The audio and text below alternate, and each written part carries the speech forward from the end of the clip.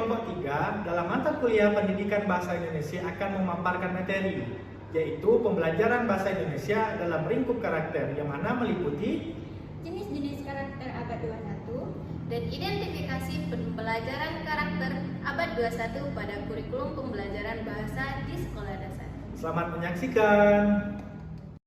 Pembahasan kita pada video kali ini berkaitan dengan pembelajaran bahasa dalam lingkup pendidikan karakter. Nah, apa sih kaitan antara pembelajaran bahasa Indonesia dengan pendidikan karakter ini, teman-teman? Udah tahu belum? Kalau belum tahu, ya udah kita bahas pada video kali ini. Pendidikan adalah hal yang sangat penting sepanjang hidup manusia, karena pendidikan dapat menghasilkan manusia yang handal dan bermartabat. Pendidikan juga menentukan nasib dari masa depan suatu bangsa. Oleh sebab itu, sistem pendidikan harus selalu menyesuaikan dengan perkembangan zaman. Sebagaimana kita ketahui bersama, sistem pendidikan nasional berfungsi mengembangkan kemampuan dan membentuk watak serta peradaban bangsa yang bermartabat dalam rangka mencerdaskan kehidupan bangsa. Pendidikan karakter dapat dipengaruhi oleh banyak hal, teman-teman, diantaranya keluarga, teman, lingkungan, bahasa, dan banyak lagi lainnya. Salah satu diantaranya yang paling berpengaruh adalah bahasa. Dalam berkomunikasi, bahasa merupakan suatu keharusan dan modal yang menunjukkan identitas diri, baik dari situasi formal maupun non-formal. Bahkan bahasa yang dianggap sebagai budaya berpengaruh besar dalam pembentukan karakter. Indonesia memerlukan sumber daya manusia dalam jumlah dan mutu yang memadai sebagai pendukung utama dalam proses pembangunan.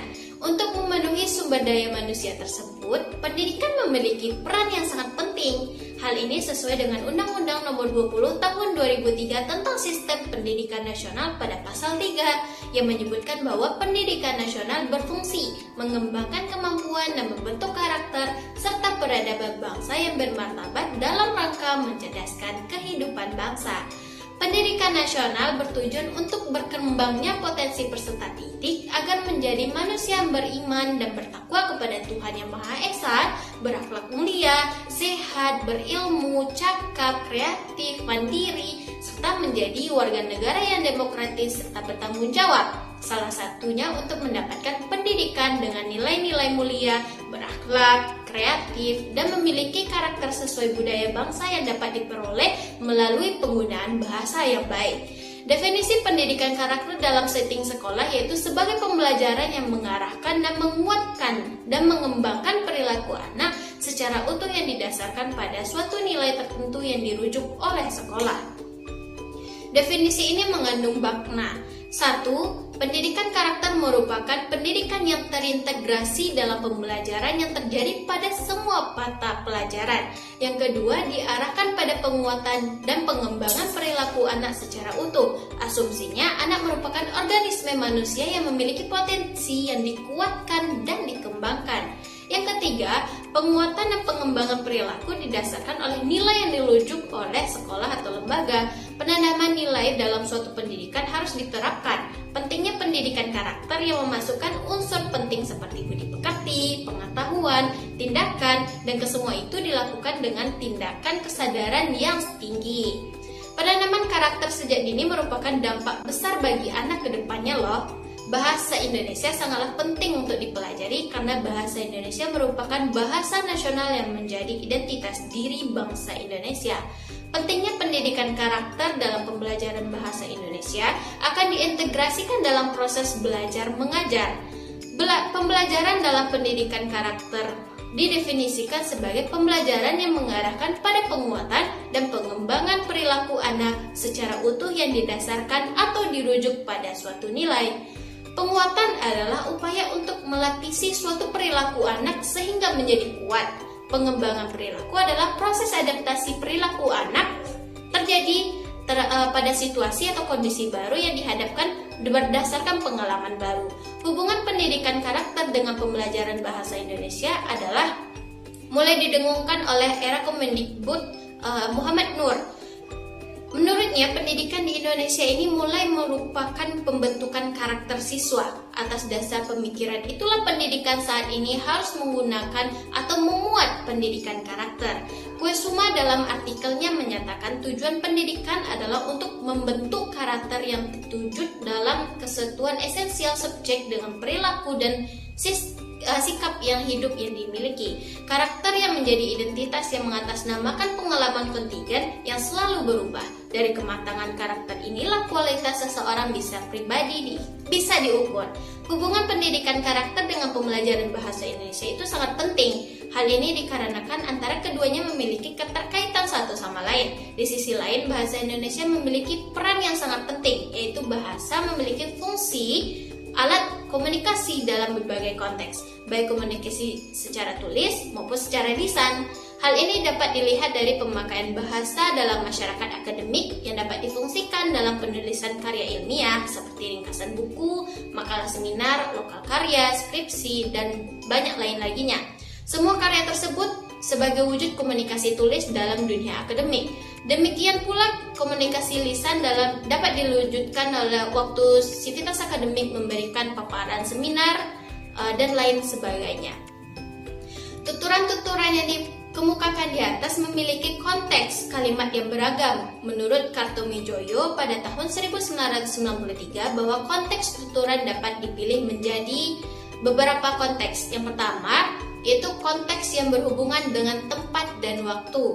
Kemudian yang kedua, konteks yang berhubungan dengan topik pembicaraan. Yang ketiga, konteks yang berhubungan dengan saluran yang digunakan. Misalnya tulisan, lisan, isyarat, ketangan, dan lain sebagainya. Yang selanjutnya, konteks yang berhubungan dengan kode yang digunakan dalam komunikasi. Kemudian konteks yang berhubungan dengan bentuk pesan dan isinya. Konteks ini berhubungan dengan peristiwa dan sifat-sifat yang terjadi secara khusus. Konteks-konteks di atas jika dikaitkan antara pembelajaran bahasa Indonesia dengan pendidikan karakter tentunya memiliki hubungan. Dalam proses pembelajaran bahasa Indonesia sendiri tentunya digunakan beberapa konteks di atas. Baik itu ketika proses belajar maupun di luar proses pembelajaran. Penggunaan beberapa konteks dalam sebuah tuturan berkenaan dengan komunikasi dapat dilakukan bagaimana karakter dan kepribadian seseorang. Kepribadian tersebut dapat dilihat dari bagaimana tutur kata seseorang dalam berkomunikasi, gaya bahasa yang digunakan, dan keefektifan kata demi kata pada saat berkomunikasi dengan orang lain sehingga mudah untuk dipahami. Pendidikan karakter dengan proses pembelajaran bahasa Indonesia memiliki hubungan satu sama lain. Pendidikan karakter terkandung dalam proses pembelajaran bahasa Indonesia. Dalam pembelajaran bahasa Indonesia terdapat nilai-nilai pendidikan karakter, diantaranya kejujuran, intelektual, sopan santun, dan rasional. Pendidikan berbasis karakter merupakan salah satu upaya dalam pembaruan di dunia pendidikan. Besar pengaruhnya penanaman karakter pada anak dianggap sebagai hal pokok. Hal ini yang mengisyaratkan bahwa mutu pendidikan peserta didik sangat penting untuk ditingkatkan. Baiklah, pembahasan selanjutnya mengenai jenis-jenis karakter terutama pada peserta didik di abad 21. Jenis-jenis karakter peserta didik dapat bervariasi secara signifikan tergantung pada konteks budaya, sosial, dan pendidikan. Karakter peserta didik dapat meliputi etnik, kultural, status sosial, minat, perkembangan kognitif, kemampuan awal, gaya belajar, perkembangan emosi, perkembangan sosial, moral, dan motorik. Baiklah, untuk penjelasan pertama mengenai etnik. Negara Indonesia merupakan negara yang luas dan kaya akan etniknya. Sebagai pendidik, proses pembelajaran perlu memperhatikan jenis etnik apa yang terdapat dalam kelasnya, agar proses pembelajaran dapat terlaksana dengan baik. Yang kedua ada kultural. Peserta didik kita mungkin berasal dari berbagai daerah yang tentunya memiliki budaya yang berbeda-beda. Sehingga dalam proses pembelajaran, pendidik harus mampu menyikapi keberagaman budaya yang ada di sekolahnya. Yang ketiga ada status sosial. Peserta didik pada suatu kelas biasanya berasal dari status sosial ekonomi yang berbeda-beda. Perbedaan ini hendaknya tidak menjadi penghambat dalam melakukan proses pembelajaran. Yang keempat ada minat. Minat merupakan motivasi yang mendorong seseorang untuk melakukan kegiatan yang dipilihnya. Atas dasar inilah, minat belajar peserta didik perlu untuk selalu ditingkatkan agar dapat menghadapi tantangan pada abad 21 ini. Selanjutnya adalah perkembangan kognitif. Tingkat perkembangan kognitif yang dimiliki peserta didik akan mempengaruhi guru dalam memilih dan menggunakan pendekatan pembelajaran, metode, media, dan jenis evaluasinya. Kemudian ada kemampuan awal. Kemampuan awal merupakan pengetahuan atau keterampilan yang terlebih dahulu dimiliki oleh peserta didik dan akan membawa pengaruh terhadap hasil belajar yang ingin dicapainya. Selanjutnya adalah gaya belajar. Gaya belajar meliputi visual, auditif, dan kinestetik. Namun perlu diingat, gaya belajar seseorang merupakan gabungan dari beberapa gaya belajar, meskipun terkadang ada salah satu yang lebih dominan. Selanjutnya, perkembangan emosi. Emosi sangat berperan dalam mempercepat atau memperlambat proses pembelajaran, sehingga pendidik perlu melakukan proses pembelajaran yang membawa suasana emosi yang menyenangkan dan tidak membawa rasa takut pada peserta didik dalam proses pembelajaran. Kemudian ada perkembangan sosial. Perkembangan sosial peserta didik dapat dilihat dari kemampuannya dalam berinteraksi dengan orang lain dan menjadi masyarakat di lingkungannya. Selanjutnya ada perkembangan moral. Dalam kehidupan bermasyarakat, termasuk masyarakat di lingkungan sekolah, pasti mengenal moralitas. Hal itu bisa dijadikan acuan untuk menilai tindakan atau perilaku seseorang. Kemudian yang terakhir ada perkembangan motorik. Perkembangan motorik merupakan perkembangan gerak jasmania, sehingga penting bagi pendidik untuk memahami perkembangan motorik peserta didik, agar proses pembelajaran yang dilakukan dapat mengembangkan potensi dan memaksimalkan hasil belajar peserta didik. Implementasi pendidikan karakter dalam pembelajaran bahasa Indonesia di sekolah dasar merupakan suatu proses yang penting untuk membentuk siswa menjadi individu yang berintegritas, bertanggung jawab, dan memiliki nilai-nilai moral yang baik. Dalam konteks ini, pendidikan karakter tidak hanya terfokus pada pembelajaran bahasa Indonesia sebagai mata pelajaran, tetapi juga mengintegrasikan nilai-nilai moral dalam setiap aspek pembelajaran. Salah satu contoh penerapan pendidikan karakter dalam pembelajaran bahasa Indonesia adalah melalui pemilihan teks atau cerita yang mengandung pesan moral yang positif. Misalnya, guru dapat memilih cerita tentang kejujuran, kerjasama, atau kesetiaan sebagai bahan bacaan untuk materi diskusi di kelas.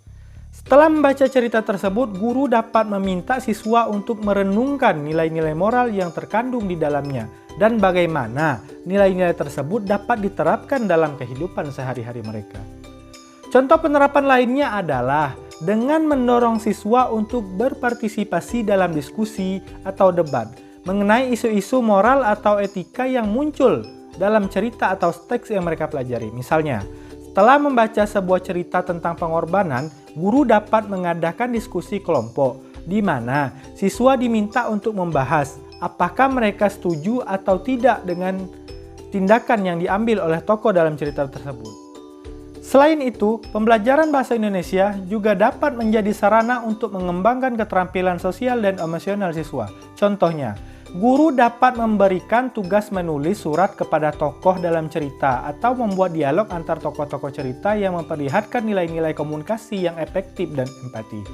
Dengan melakukan aktivitas semacam ini, siswa tidak hanya belajar bahasa Indonesia, tetapi juga mengembangkan kemampuan untuk berempati dan memahami perasaan orang lain. Penerapan pendidikan karakter dalam pembelajaran bahasa Indonesia juga dapat dilakukan melalui penekanan pada sikap-sikap positif dalam berbahasa.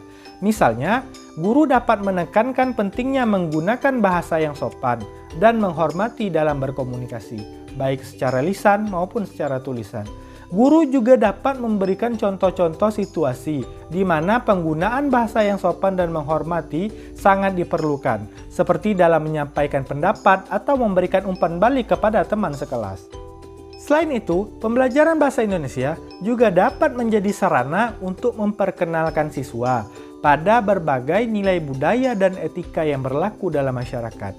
Misalnya, guru dapat mengajarkan siswa tentang adat istiadat atau nilai-nilai tradisional yang melekat dalam masyarakat Indonesia melalui pembacaan sajak atau cerita-cerita rakyat.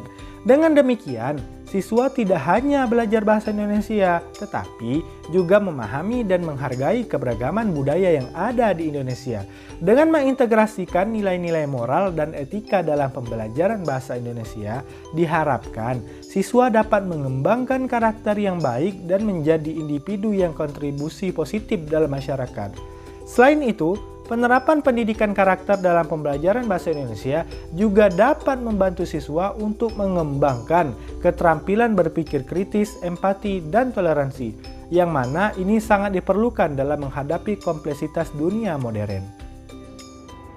Nah, demikianlah pemaparan materi dari kami. Mohon maaf apabila ada kesalahan, semoga bermanfaat. Terima kasih. Wallahul muwaffiq ila aqwamit thoriq. Wassalamualaikum warahmatullahi wabarakatuh.